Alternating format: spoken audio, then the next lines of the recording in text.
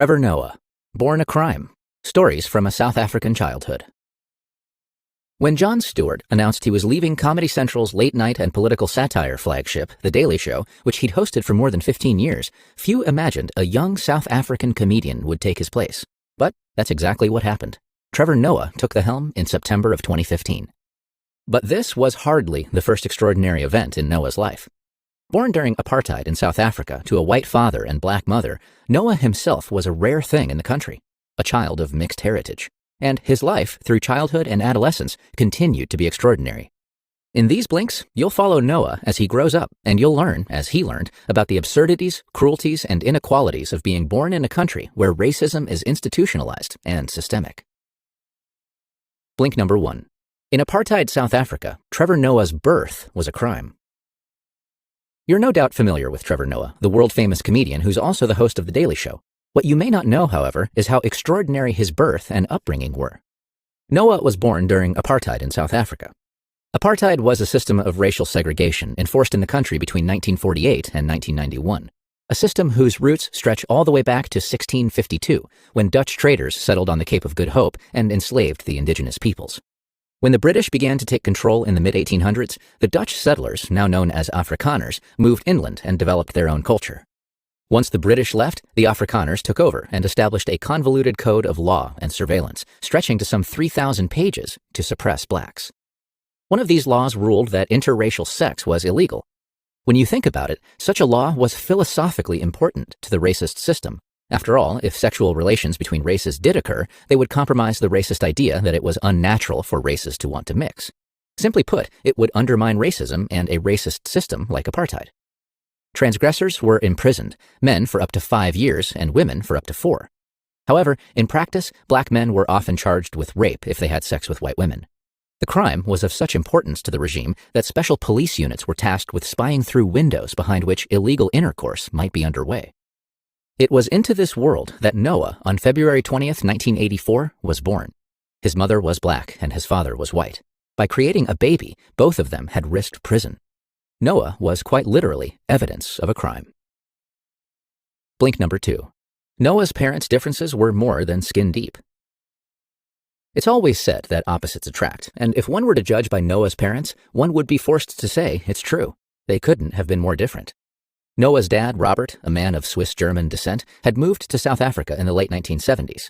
He was quiet and withdrawn, and he never understood the country's racism. In fact, he later opened one of the first mixed restaurants in Johannesburg. However, because of apartheid, Noah could only visit his father infrequently, and by the time he was 13, they'd lost contact. It wasn't that his father was uninterested in his son. In fact, when a 24-year-old Noah finally managed to visit him, he found his father had been meticulously pasting newspaper clippings about Noah's career into a large scrapbook. In contrast, Noah's mother, Patricia Nombuyiselo Noah, was ambitious, fiery, and driven. She'd grown up poor, unwanted by her father, who, when she was still a girl, had dumped her at her aunt's in Transkei, the homeland of the Xhosa tribe. There, she lived in a single hut with 14 other undesired relatives. The poverty was horrible. Sometimes, in order to avoid starvation, they stole food from troughs. Despite these setbacks, she was determined to succeed and was lucky enough to learn English from a white missionary. As soon as she could, she got a job at a local sewing factory. It was tough. She earned barely enough to eat. But by the time she was 21, she was able to move back to her parents in the township of Soweto and take a new job, this time as a lowly corporate secretary. She was also devoutly Christian, managing to visit 3 different churches each Sunday, one black, one white, and one mixed. When she was 22, she made her way to Johannesburg, even though it was illegal for blacks to live there. But her will was as strong as iron, and she learned to navigate the city with the help of local prostitutes, hiding and sleeping in public toilets along the way. Blink number 3. Noah's mother wanted the best for him, but he didn't make it easy for her. Just like his mother, Noah grew up in poverty. There was little food, and sometimes they even had to make soup that consisted of nothing but water and bones. Much of his childhood was spent in Soweto, a township of Johannesburg into which 1 million blacks had been corralled. It was built by the apartheid regime as a managed ghetto. Its 2 entry roads could be easily blockaded, and if the regime ever deemed it necessary, it could be bombed from the air. During school holidays, Noah stayed at his grandmother's 2-room house. There, he slept on the floor along with his mother, grandmother, great-grandmother, aunt, uncle, and cousins. The toilet was a fly-infested outhouse, a hole in a concrete slab, and some old newspapers to wipe with. Noah's mother, though, was as determined as ever. She didn't want him paying what she termed the black tax, by which she meant the money poor blacks spent trying to make up for their parents' poverty, which they themselves had paid for their parents. Consequently, she did everything she could to educate Noah. She spent her meager income on how-to books, encyclopedia volumes, and the Bible. She even quizzed him on what he read. It was all done to get Noah thinking about life outside the ghetto. In some ways, it was wasted on Noah, though, who proved to be a real rascal. He was infatuated with knives and had pyromaniacal tendencies, once even burning down a house. The spankings he got from his mother for his behavior were pretty painful, but they always came from a place of love. All she wanted was for him to learn to maneuver the awful racism of the time. Blink number 4. Post-apartheid South Africa was, in its own way, hard too. Nelson Mandela was freed from his life sentence in 1990, and a year later, apartheid officially came to an end. But for many people, this triumph merely signaled the beginning of a whole new range of problems. Sure, blacks could now theoretically hold power, but it wasn't at all clear who actually held it. The end of apartheid segued into a power struggle between the Zulus and the Xhosas, the two largest tribes. Many thousands died. In these unstable times, Noah's mother remained resolute and strong. For instance, one Sunday when Noah was 9, he, his mother, and his half-brother Andrew were forced to take public minibuses to church. Their wreck of a car just wouldn't start. At that time, buses, which were unregulated, were extremely dangerous. Drivers and operators fought turf wars over the routes.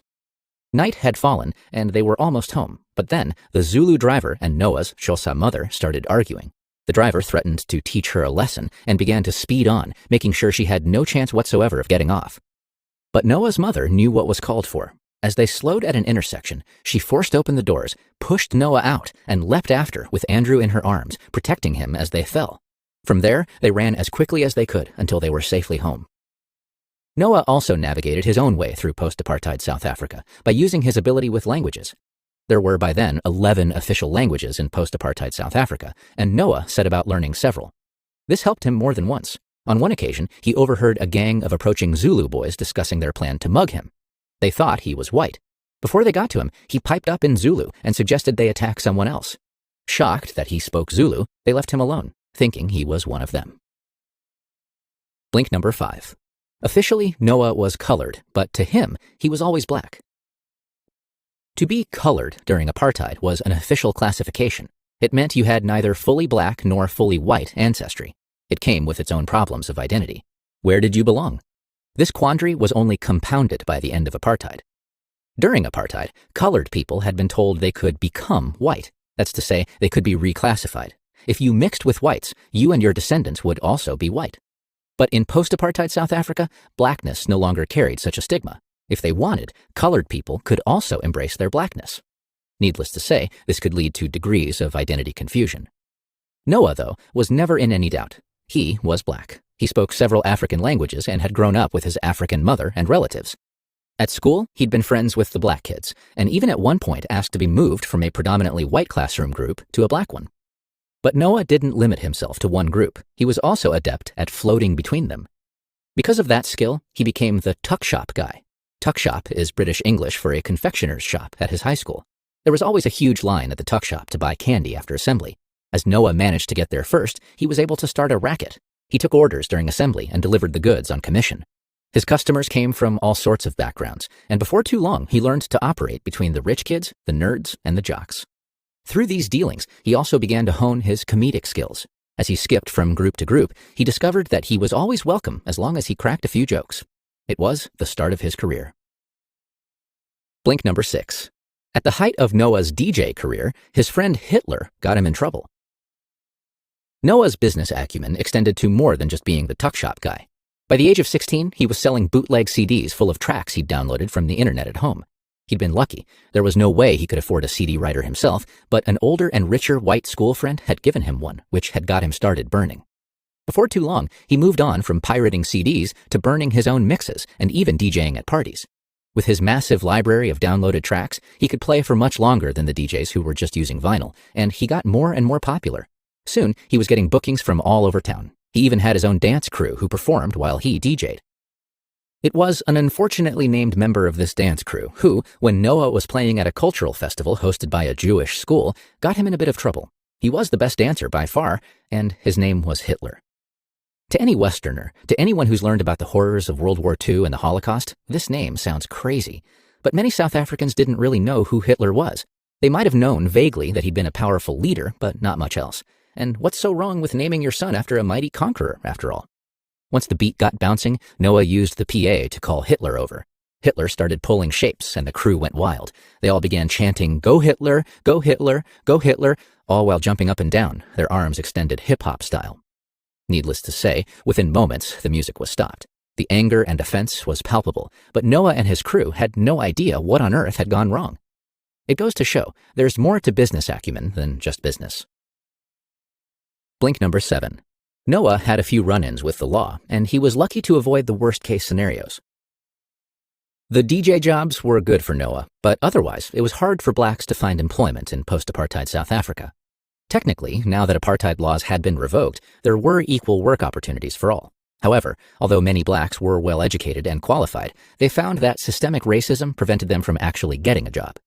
Law or no law, a racist Afrikaner shop owner is still unlikely to employ a non-white. Crime was one of the few ways blacks could earn money. If you hustle hard, it doesn't matter what color your skin is, you can earn a living from crime. Noah came to crime too. He and his friends used the money he earned from selling CDs and DJing to finance a credit and loan business in the township of Alexandra, a black ghetto in Johannesburg. It didn't last long, though. A police officer shot Noah's computer while shutting down a party, and that hard drive was destroyed. Bereft of his tracks, Noah couldn't even DJ. Noah later had a more serious brush with the law. He'd snuck a car out from his stepfather's garage for a spin, a car that had likely been stolen. Its plates were registered to a different vehicle. Unluckily for Noah, the police spotted the incongruity and hauled Noah to jail for suspected theft. After Noah spent a week in jail, the judge, seeing that Noah had no previous convictions, set bail and a trial date. Luckily, his mother managed to pay for a lawyer and post his bail. While in jail, however, Noah realized others weren't so fortunate. There, he met one large, muscular black man who'd shoplifted PlayStation games. He was sweet, but spoke no English and looked quite intimidating. He couldn't pay for a good lawyer or even post his bail. Noah then understood that though the man was essentially harmless, he would still likely end up in prison. The system was stacked against him. Blink number 8. Noah's mother was almost killed by her ex-husband.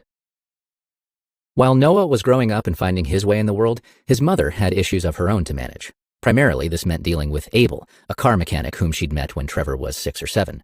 The two married and had 2 children. The relationship soon became abusive. Though charming, Abel was also an alcoholic who could get violent when he was drunk. His Tsonga name, Ingisaveni, was rather fitting. It translates to be afraid.